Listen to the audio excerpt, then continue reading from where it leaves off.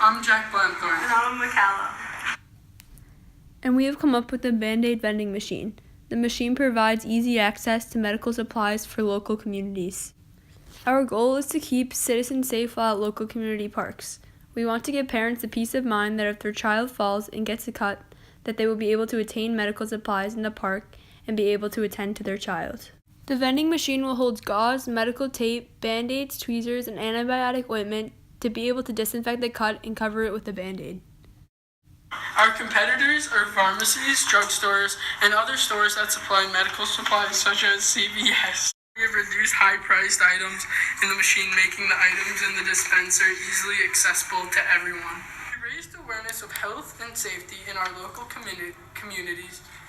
We have created a vending machine which offers easy accessibility to medical supplies for all ages. And also the vending machine will raise awareness in health and safety and will create a better tomorrow. Thank you.